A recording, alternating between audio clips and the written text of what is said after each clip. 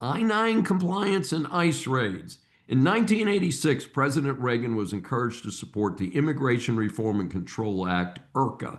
Part of the package was enhanced protection against ethnic discrimination, the introduction of the I-9 pre-employment form, and the requirement that employers only employ people here legally, and the big one, the amnesty that granted as many as 3 million people, mostly Hispanic, their citizenship.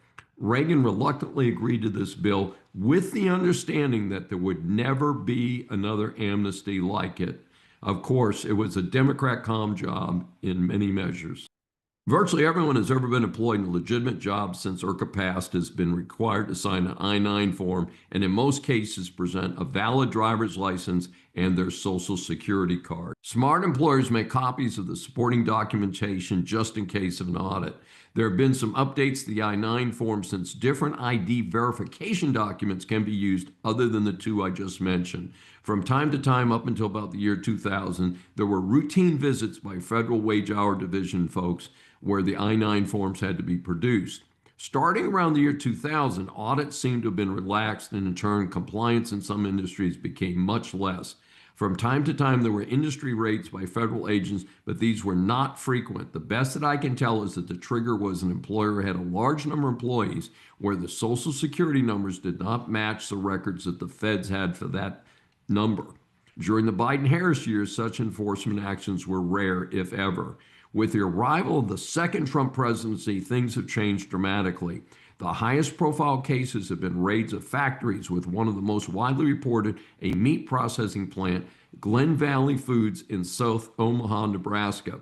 A reported 63 people were taken into custody by ICE, which stands for Immigration and Customs Enforcement.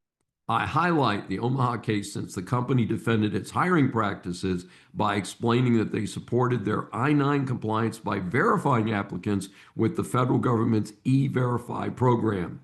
This is available only to employers to verify the legitimacy of the employee's paperwork, but is often recommended as an extra step for employers that want to be fully in compliance with immigration rules for hiring.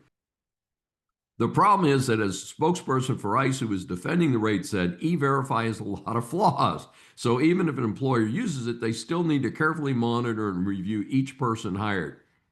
This is just crazy, folks. I sure hope that the feds under the current administration will clean this up, and now employers should be able to rely on the E-Verify system. In the meantime, janitorial services, hotels, clubs, and resorts, meat packing, and large restaurants and restaurant chains should be reviewing all their current employee records for possible issues before a potential ICE raid. For all employers, be sure to use the current I-9 form available online, and importantly, make copies of the ID documents that the new employee produces and keep them with the I-9 form. This is Dr. David D. Schein. Thanks for joining me for this special edition of Saving America. Remember, a new Saving America show is aired on the Brushwood Media Network every Saturday at 11 a.m. Eastern Time.